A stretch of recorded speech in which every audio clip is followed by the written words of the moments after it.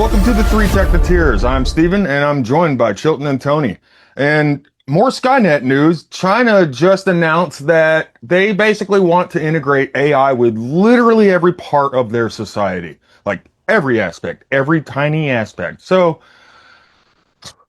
we'll see how that goes. And then the, just like a bunch of stuff dealing with intelligence, like either artificial or biological, but like um the human brain cells that could play Doom now. Like they got it hooked up. You were talking about that, Tony. Like it's Yeah, insane. Like, uh, bruh. that's real crazy that they're doing that. There was a TV series. It was only out for like two seasons. It was War of the Worlds, and the concept behind it was basically like the introduction was they had these robot dogs, and that went around. And again, I know last episode I had talked about Black Mirrors. There was an episode in Black Mirrors that kind of did the same concept of these robot dogs that were out basically hunting people. The concept, they brought that into the War of the Worlds TV series, did the same thing. And what they were showing in this when they finally caught one was that they were organic brains. And Yeah. so it was organic crossed over into tech, which is something that we've always talked about doing. And they're showing it now that they're integrating organic matter into chips. Yeah, dude, it's And just a matter of time before they're using these doom brains for creating like super soldiers and stuff. You know what I mean? Like oh, that don't have rights because they're not actually living beings. You know what I mean? Like right. even Oh, though sure. they're I feel like we're very crossing much a there, like yeah, I feel like we're crossing a fine line on a lot of stuff here lately. yeah, for sure, for sure. I mean, it's like I'm not against what they're doing, but I am definitely against some of the use cases that it's going to be put towards, obviously. Like, I mean, it's going to just be like the everything inevitable. that gets created, though, Yeah, everyone, so there's it's gonna going to be be someone that the messes it inevitable. up eventually. Yeah, it's you're gonna run into this situation where it's like, oh, this is such a good idea, and for those of us that are decently hearted, I guess if you want to say it like that, like we're gonna use it for this, and this is how it can be, and a beautiful concept. But then it's always like, but if it gets in the wrong hands, Yeah. we're And we're with, doomed, you yeah, and know. with how many people there are in the world nowadays, there's plenty of wrong hands. Ah, Plenty. touche, Like, touche, touche. Yep. man, and I don't know. We already got, dude. We're going back to like the whole Skynet thing. Like we're definitely gonna see something bad come of all this AI integration into everything. Because like you got the U.S. wanting to integrate it into all the mass surveillance and automated weapons and stuff like we talked about last week, and then China now wanting to integrate it into literally everything, and that means military stuff as well. So, Oh yeah. like, dude, it's golly, it is Well, just a yeah, matter of and time. it's we're in such a we've always been in a tech race, right? Like it's always been that way. And I'm Yeah, wondering if that big push for, for our president that he was, bound and determined on like wanting the AI side of everything. And I'm wondering if the word got out that China was revealing that they were wanting to do this too. yeah, And I think he's just wanting to pull the trigger to be first, yeah, right? yeah. And I kind of don't just think like, he's used AI though, because like if I anyone don't think so used either. AI would know like, okay, well this thing rarely ever gets the answer completely right the first time, so we should definitely not rely on it for like making life and death decisions. Right. I Like, will because say this though, hindsight's 2020 to that because what we're accessing publicly may completely be different you know, from what we're capable of, ooh, right? Like, I'm certain of that. Yeah, yeah, yeah. for So I sure. mean, for what we're going off of example wise, it's definitely going to be more than likely something different than what he had seen or somebody that he is trusting has Yeah. seen. And so it's still Hey, sketchy. We just don't know it. So yeah. Some good news that I was reading about, though, totally off. topic, but uh just trying to lighten the mood a little bit, you know. That Okay. NASA's DART mission, they got an update about it. They figured out that so the asteroid that it ran into, they were trying to change the trajectory of its orbit, and it's a pair of asteroids actually. And they found out that it affected the orbit of the pair too. You know, like I mean, you would think that would be kind of like obvious, but like not necessarily, you know. And so Sure. it's it got me thinking like asteroid spaceships and stuff. Like they've proven that you can steer an asteroid now, you know. So like throw some super powerful ion engines on it and so you can like give it force for a long enough time to like make a difference, you know. Sure. Spaceship. Like Well, eh, since we're kind of on a space talk too, I just read something the other day that they scrubbed the Artemis mission. They postponed that. I think they're hmm, now. I think the launch was expected end of April, June now, or they've Hmm. completely just scrubbed it all together. oh wow. Oh, they changed what Artemis 3 mission's gonna be too. Did you hear about that? I It's did gonna not. so it was gonna be a mission to land people on the moon, but Hmm. since Starship is so unproven still, uh and it's not apparently it's not even confirmed that Starship is going to actually be the lander for the moon missions. But Okay.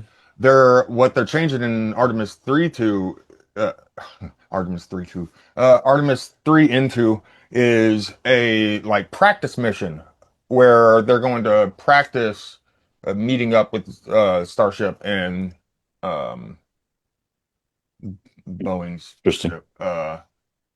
Can't remember the name of it.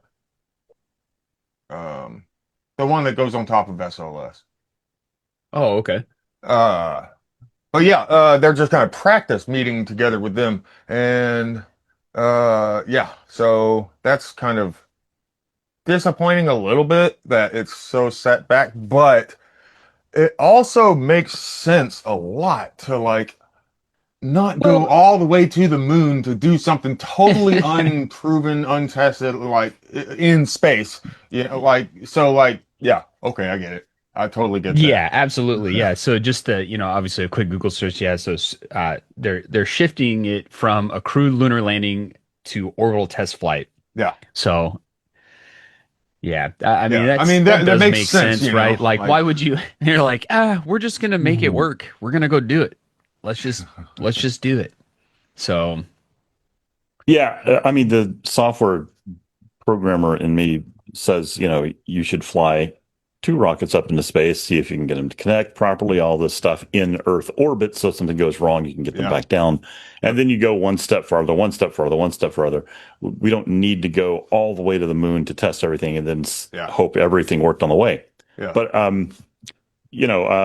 that doesn't excite people. It's hard to get excited about iterative improvements. So, Well, I don't know because SpaceX gets people excited about how they do iterative have you improvements. noticed, what I love the iterative approach that SpaceX is taking. I don't love how every time one of their ships explode, everyone's like, "Oh, well, that's just because Yeah, just another Elon's an idiot firecracker. and Blah just blah blah. another, Blah. yeah." Yeah, it's like no, And they and expected that. Like I don't like Elon just as much as anyone else these days, but like still, I know what the point. yeah, I get what he's Like you doing. know, Yeah. like it's yeah, it's And crazy. and Like for the record, I was a huge opponent of commercial space flight when they announced it originally. I was really pissed off about that because there were these there were some planned lunar missions that NASA had, and I worked on a simulator for the lunar electric rover for NASA, and I hmm, was really hyped for this thing.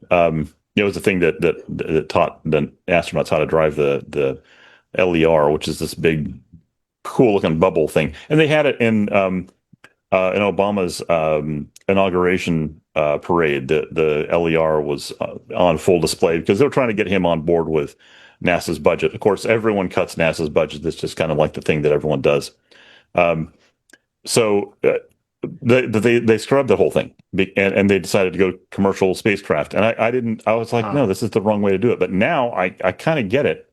Yeah. They've done Well, a see, lot yeah, more with the because money. So the commercial, I mean, it for one, it allows a bunch of more like investment opportunities that were just not available before, So that's yeah, cool. And then it allows more creativity to be thrown into the mix, yeah, because you got people that just have an idea and they might happen to know some people with money that will invest. And so they're able to just go do it. Whereas with NASA, you've got, however many committees that have to approve some tiny little color change on a logo. It doesn't even matter kind of stuff, and like just to get Hmm. anything done, much less some creative new idea for lander or something, like so. yeah. Yeah, That's that commercial. corporate side of things, you know. Yeah, commercial is definitely the way to go as far as like getting ideas out there. Yeah, no, I'm all for it now. I get it. Hmm. Yeah, it's gonna there's gonna be some amazing stuff that happens. Like I can't wait to see the next like 10, 20 years. It's gonna be Yeah, cool. Like the especially everything's once just we taking actually off, yeah, yeah. Like especially literally, once we physically, mentally, and literally, you know, yeah. like Once we have that presence on the moon as well, like that constant presence that they're wanting to have, or at least once anyone has it, like doesn't even have to be the US, just once anyone has it, once humans in general have constant presence on the moon, and it just becomes kind of like a way of life for humans to be not multi-planetary because the moon's not a planet, but like whatever the word would be, multi-celestial bodied. Uh, like it's gonna be interesting. It's gonna It's be a interesting. spacefaring race there. Yeah. Yeah, it's Mhm. because it's gonna. I mean, it's gonna just change like how just people's brains just kind of are. Like about existence in general. I think just uh, uh I don't know. I hope space flight gets so cheap to where it's like just buying a bus ticket, and if you think the Earth is flat at that point, well, buddy. Like, like that is my ultimate like wish for like space travel in my lifetime. I think that after you're absolutely right, and if that happens in our lifetime, what I predict is that the flat earthers will become simulationists. That they'll say, "Oh Mm, well, the flat mhm. Earth was just a distraction. The reality is we're in a simulation. None of this is real. Nothing matters." Hey, And you go know, ahead. Yeah, yeah, and that's so kind of I like feel like that's the next. I could definitely see that. That's like my dad's book, A War with God. It's not actually God, but it's like this alien that created the universe, our universe. It's a Well, simulation. It's just a program that he's running and stuff. But he's about to destroy it because humans are starting to go out into space and it's using too much processing power because it has to like create all this new existence as they're going out there and stuff. And so what like he's it, about to destroy it all because like he can't run it anymore and whatnot. And yeah, but that's not a spoiler, is it? Because I was going to I read was that gonna one. I say, didn't I know. I was literally you like, took the words out of my mouth, children. no, that's so that's basic. That's like right at the beginning, basically. okay, okay, Oh, cool, okay, cool, good. cool. Okay, good. So, is he going to be able to be on the podcast sometime? Yeah, It's in probably next week, I guess. If outstanding, yeah, outstanding. It's going to be cool. yeah, heck yeah, Yeah, that would be awesome. yeah, yeah. We'll go more into simulation theory. All right, That'll, sounds that'll good. be fun. Speaking of a simulation theory, which something has been popped up the past year or so, I've seen quite a bit of videos of people talking about it and stuff, and it seems like a lot of people are seeing the same thing, which is kind of wild at the same time, is people are using DMT and looking into lasers. and Uh, flatlining like horizontal lasers, and they're seeing in their theory and like what, and it's what's crazy is like they're having random people that are willing to look at this stuff, not knowing anything about it, and they're all seeing the same thing is that they're seeing binary code when a laser projection is expanded while under this stuff. it's those And cheap Chinese lasers. that's They're a spying on spying on them. them. Yeah. Yeah, I just had seen some stuff on that, and people were talking about that, and that basically the simulation theory, and then that's what they're decoding and seeing Yeah, that in the lasers. So DMT. Yeah. Yeah, I think they were. I was just going to look this up real quick. I keep thinking that someone said they had they were jotting down the symbols, like everyone sees like the same symbols supposedly or something like that, and they were yeah, gonna, so The collective unconscious or whatever. yeah, The yeah, Carl Jung or yeah. Jung Here or it is. whatever. DMTcode.com is an open source documentation of visual symbols from 3,000 sessions using 650 nanometer laser protocol. Community curated, peer reviewed metadata. That's trippy as hell. Yeah. That's a lot of That's a lot of similar information.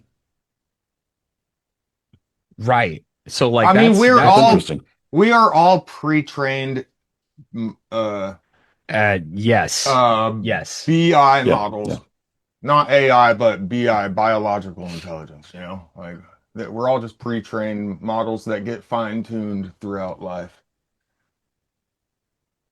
If I read these, is it going to unlock something in my brain? Do I get to go to the next level or something like that? Just skip some stuff? That would be No. awesome. That would be great. Man, skipping DMT would be uh preferable. It's not a pleasant experience. Like, dude, most of my focus was just, I can't breathe right now. This sucks. This Mm. is not like fun enough to make not breathing like not a focus. Like, God dang, I'm good on that. It's so frustrating to me that there's so many things in our world that, as kids, we were told these are horrible things that you should never do them. And then you become an adult and you're like, wait, what was the reasoning here? Yeah. And who was telling me this? Like, are these people actually smart enough to be telling me this? Like, what if there's some like all the big shots in the computer industry in the 70s and 80s were doing every drug imaginable. Yeah. And then now today, thanks to all the laws, you can't get to a lot of these things easily. Well, And it does make me wonder. there's even evidence with like historical evidence that like drugs might have helped us become what we are. Oh, sure. Yeah, Like, yeah, Oh yeah. absolutely. Oh, absolutely. Yeah. Now, there's some cool stuff on this DMT code site. I'm going to need to look through this later. I didn't know this existed. Very that's cool. cool. Let's see. Yeah. Was it? I Well, think maybe I'm pronouncing it wrong. Pareidolia. It's where your brain finds patterns, right? Like yeah. faces and Oh, stuff. yeah, That's yeah, why, yeah, like when yeah. you look in the clouds and stuff, you find images and all that stuff. So it's like I'm wondering if it's hear me out. Okay. Quite a few tech guys who are used to seeing code turn around, do this DMT, Yeah. and they're like messing around with the laser, or they have a laser thing going, whatever, and they're just bored, and they just start seeing those patterns that they're used to, and they're like, "Holy shit! Wait a minute, Yeah. let's look at this," and then they basically lens it and expand the laser projection because like if you've ever like been like down the street. You go and you shine a laser down the street, right? And it's just your simple, 5 milliwatt laser, and you shine it down the street. As it expands, if you go down to the end of the street, you went from a pinhole to a 10, 14, 16 inch diameter Hmm. circle. But if you ever try to focus on that, you literally like can see it's completely different. It's like hard to focus. It's like you Hmm. can't really make depth perception on it and stuff. But then your brain starts like messing with you and it starts like trying to find these shapes and patterns and stuff right out the gate. So Uh, I'm wondering if something like that is actually what they're doing, and then now they're seeing this code because it's something that they've been through. I've only seen a like I mean, I could two, definitely maybe see, three YouTube yeah. videos. What's that? I said I could definitely see that being Right. like kind of like at least a part of it, you know, like Sure, sure. because I Well, you mean, could well, also be even if seeing. go ahead, I was going to say you could also be seeing. It could be something, and I'm sure that these aren't new thoughts I'm having. I'm sure that every person who's looked at this has probably thought the same stuff. It could just be something artifact of how the human eye works, or the result of how the visual cortex processes information with bright and dark and stuff like that. There are all kinds of things that could explain it, yeah, but also it's kind of wild. I mean, yeah, it could be something. It really could be something, that we just don't understand. yeah. I mean, I have personally, I try to be the most rational person possible at all times, but I have had a few experiences of my own that were, and I am not religious or spiritual or anything, but I do think there might be some kind of like, God, I hate to say it like this, but Go different on, kind sound of crazy. different kind of like plane of existence or dimension or something of some kind of sort. Sure. But whether it's um actually objective or subjective is the question, you know, It's because the interesting. universe in your own brain is basically infinite. And so, you know, Yeah. No, you're not wrong. yeah, I The think I wildest think it's computer, man. yeah, yeah, and it's biological and messy and weird. And we're used to everything computers being completely logical, but even the AIs hallucinate. yeah, And yeah. the weird thing to me is that we feel awkward about even suggesting that something like this is possible when we know for a fact that we can comprehend so little of our universe, and everything that our brain experiences is a simulation through our senses. Yeah. There's no way for us to know anything, just inherently know it through the brain. So everything's a simulation already. You're already unable to perceive 98% of the universe just right in front of you just because of limitations of your own senses. So Yeah. the idea that, oh, well, I don't want to suggest that there's something out there that might not understand is ludicrous because we don't understand it. We don't understand most of what we're around. That's just how it is. But something more than that, that I don't know what it is. I don't know if it's human arrogance or what, but it's very weird that and I think we all do. We all feel awkward suggesting that we don't know everything, or that there might be holes or gaps in our Oh, understanding. was it? The only true knowledge is knowing that you know nothing, dude.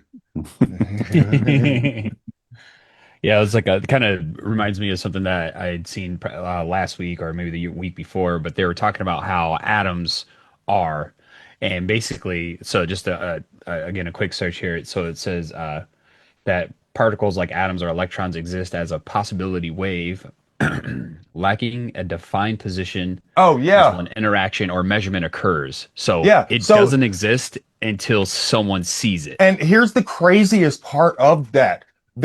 Because they're waves, an electron is like a certain size of wave. There's different size waves. There's other waves that Oh just yeah. aren't quite like as big as electrons, but they're still there. Like it's, bruh, Well, like think of it's it, so think crazy. Like yeah, it's like just like, go you ahead. have all kinds of waves. So, like the light spectrum, for Yeah. instance, like, we don't see the infrared spectrum. So, for what we're seeing on our spectrum, like this is what we get. So, we don't really know Zookers, which actually, okay, kind of rabbit trailing here, but back in Vietnam when they first started coming out with night vision, right? Everyone, I'm sure everybody's heard about the stories where they put on those different lenses and these guys were seeing something else around them, flying around them, and that was basically like these demon creatures and stuff like that. Now, don't get me wrong,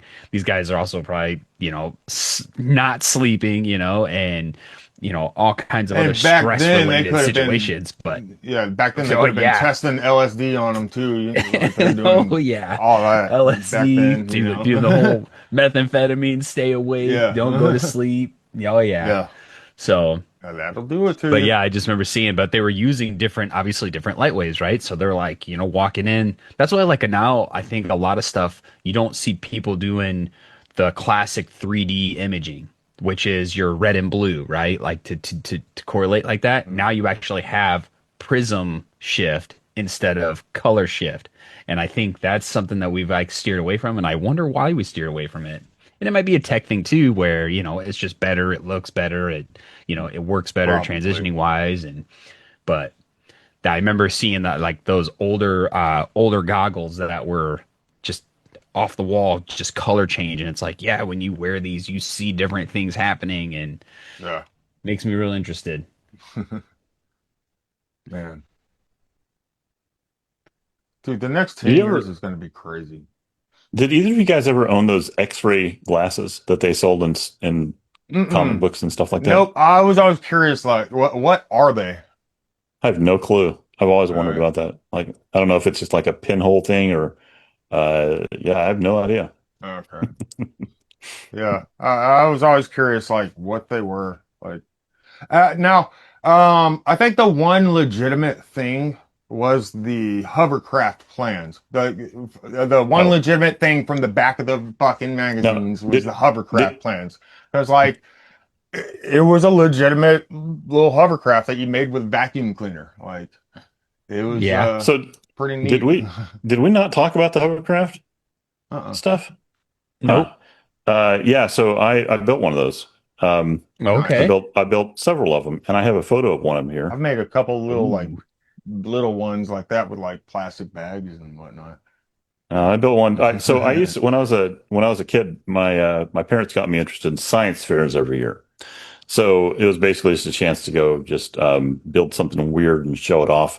And one year I built a hovercraft. I got a photo of it, Nice. and maybe we can edit it into the video or something like that. Yeah. But so if we can, this one's red and green because I painted it like that. I thought red would make it go faster.